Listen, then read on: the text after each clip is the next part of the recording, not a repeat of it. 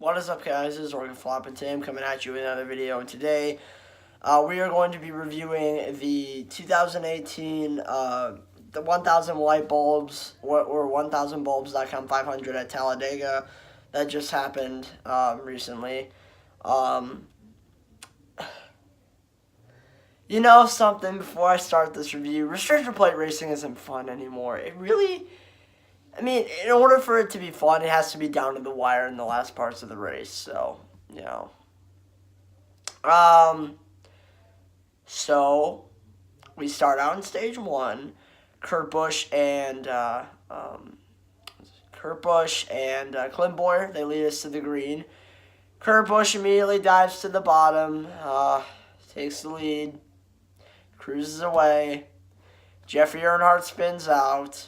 Big deal, small team issue. Kurt Busch takes the lead again on the restart, and Kurt Busch wins stage one. Pretty self-explanatory. Stage two. Kurt Busch. Ryan Blaney starts up front on pit stops. We go green. Blaney holds on to the lead for a little bit.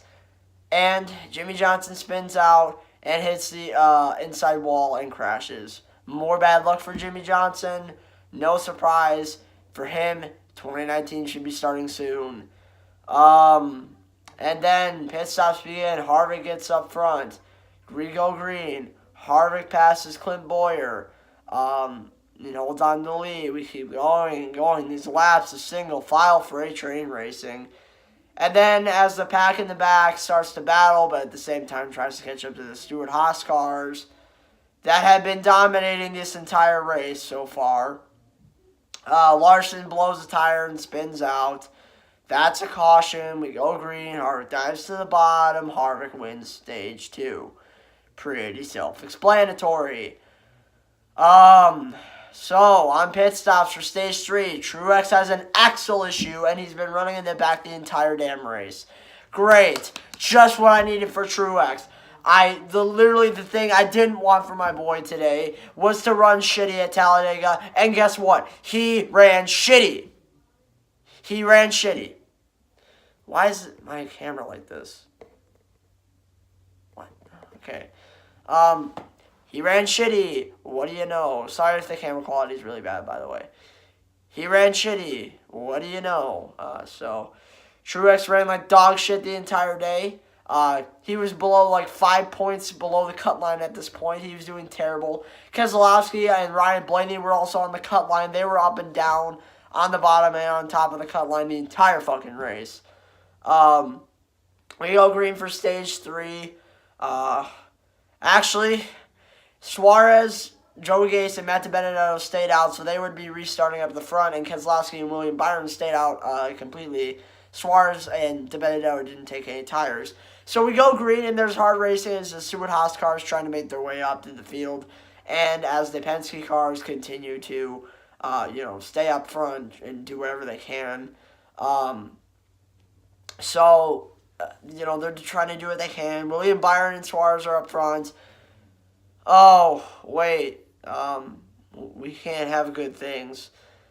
And as we continue to go, Jamie McMurray ends up spinning in the infield and crashing into the grass. And that brings out a caution. Jamie McMurray is still washed up and still, doesn't deserve the ride next year. And he won't have the ride next year. So good, Gassy. So McMurray spins out into the infield. We go green once again. The Stewart-Haas cars get back into a single file line. Kurt Busch holds on to the lead. We continue to go. Debris caution comes out for one tire in the infield. We go under caution. Kurt Busch dives to the bottom. Kurt Busch continues to lead. It's 4 to go in the race. The Stewart-Haas cars are 2 motherfucking seconds ahead of the rest of the field as they battle. And then the crash that changed everything about this race. I know I've been sounding boring about this, but this wreck right here changed the entire race. Alex Bowman, the 23 car, and William Byron, those 3 cars crashed in the back. We're going to go overtime. Now, the thing that made this overtime interesting was not only that we expected now for the Stewart-Haas cars, instead of pushing their way in Talladega and killing the outside line, which is what they have been doing the entire fucking race. Instead of doing that, now the Stewart-Haas cars would actually race each other. I know, crazy, right? They're actually going to race each other. So it was Kurt Busch and Kevin Harvick starting side by side. Actually, no, it was Boyer and Kurt Busch starting side by side. Harvick was behind Boyer. Almirola was behind Kurt Busch. Because we went so long and the green flag from like 58 to going on, fuel was becoming an issue. It would take 2 overtime restarts for all the Stewart-Haas cars to run out of fuel and, not win the race. And a lot of people were trying to stretch it on fuel. We go green for this overtime. Keselowski and Kevin Harvick pull into pit road along with Ryan Blaney. They were both out. All 3 of those cars were out of fuel. And Kevin Harvick went into pit road. So that was amazing because that would mean, Harvick's not going to win the race. So good on that. Thank God Harvick had to pit. So did Keselowski and Ryan Blaney, 2 Penske cars. And then we go green. Kurt Busch, Almirola, and Boyer start up front. Obviously, they lead the pack. Kurt Busch takes the white flag. Kurt Busch, in dramatic fashion, as Ricky Stenhouse Jr. makes a power move to the outside. Kurt Busch runs out of fuel. Stenhouse pushes Almirola, and Eric Almirola wins at Talladega. I guess because Almirola was in the back out of the 4 Stewart-Haas cars, he had more off-throttle time, which allowed him to save more fuel than the other Stewart-Haas cars. Kurt Busch ran out. Boyer managed to get third. Almirola ended up winning. Congrats to Eric Almirola, as my camera wants to die. So that's great. Eric Almirola wins at Talladega after a heartbreak at Dover and a heartbreak in the Daytona 500. That's right. Fuck you, Austin Dillon. After those heartbreak races, Eric Almirola finally comes out of his shell and wins at Talladega, locking himself into round 3 of the playoffs and giving Stewart-Haas Racing all 4 cars a win this season. As much as I am happy for Almirola, we look at the playoff points. Obviously, Almirola and Chase Elliott are locked into round 3 or the round of 8 of the playoffs.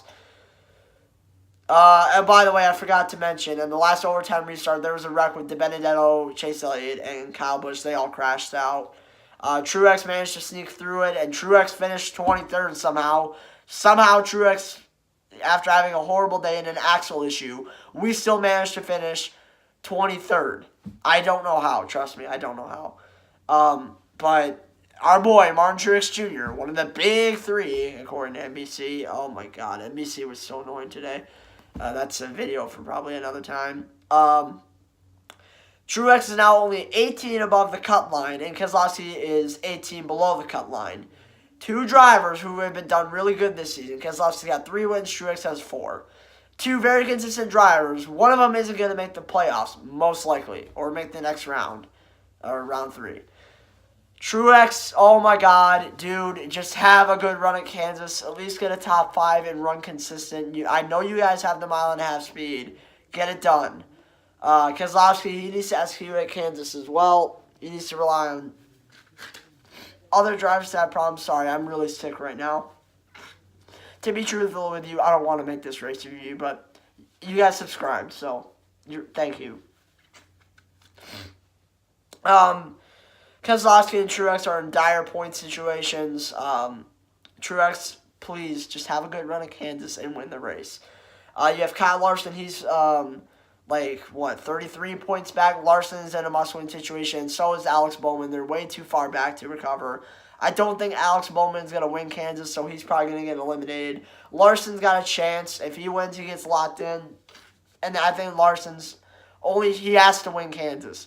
Larson and Bowman have to win Kansas. I think Larson's got more of a chance to win Kansas, as Larson's been good at 1.5 miles. So Larson's got a chance to win Kansas more than Bowman. So that's what I think of them. Truex and Keselowski just need to have consistent runs. Keselowski might not make it. I don't know. Let's see, who else is below the cut line? Ryan Blaney is also below the cut line. Ryan Blaney, he needs to have a good day at Kansas. Then again, though, I don't think he'll do very good, to be honest with you. I know he's been doing good at Kansas lately, but, I don't think it's going to be enough for Blaney to move on. So the 4 below the cut line right now is Keselowski, Blaney, Larson, and Bowman. Larson and Bowman have to win. Blaney and Keselowski just need good runs. Truex is 18 points to the good. Truex just needs to have a good run. Come on, Truex. Please have a good run at Kansas. I beg of you. Again, congrats to Eric Almirola. I was happy he won. Yeah, out of all the Stewart-Haas cars, he was the one I would kind of prefer to win, but I really didn't want him to win that much because that kind of gave Truex more of a situation, so that's not good.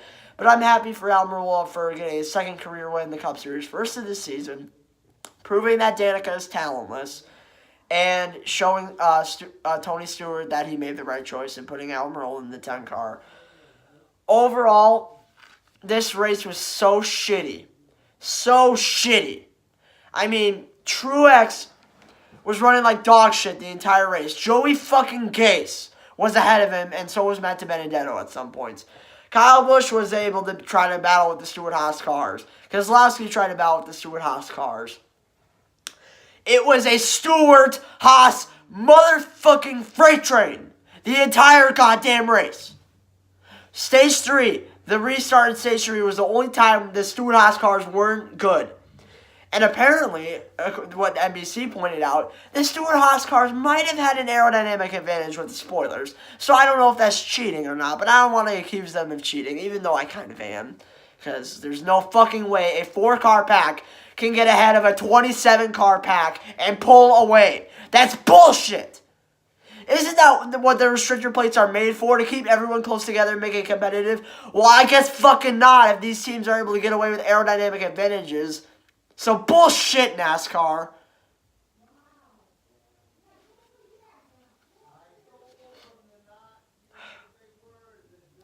Yeah, unbelievable. This race is really bad. Happy for Almirola. So that's good. That's always good that Almirola was able to win. Break that winless streak. So, yeah. So, good for Almirola to win. Truex just have a good run at Kansas. The race gets a 0.3 out of 10. Stewart-Haas was pretty much untouchable the entire race. The entire race, Harvick and Kurt Busch, on every restart, they would just duck to the bottom, and they would kill the outside line. Jeff Burton said this too. They would just kill the outside line, and no one else would have a chance. So, that is that. Congrats, Eric Almirola, on locking yourself into round 3 and breaking your winless streak and getting your second career win. Truex, just have a good run at Kansas. I wish everyone the best at Kansas. I don't know if Almirola and Bowman will make it in. Larson's got more of a chance to make it in than Bowman. I didn't mean to say Almirola there. So, yeah, this race gets a 0.3 out of 10. I'll see you guys in the next one. Bye.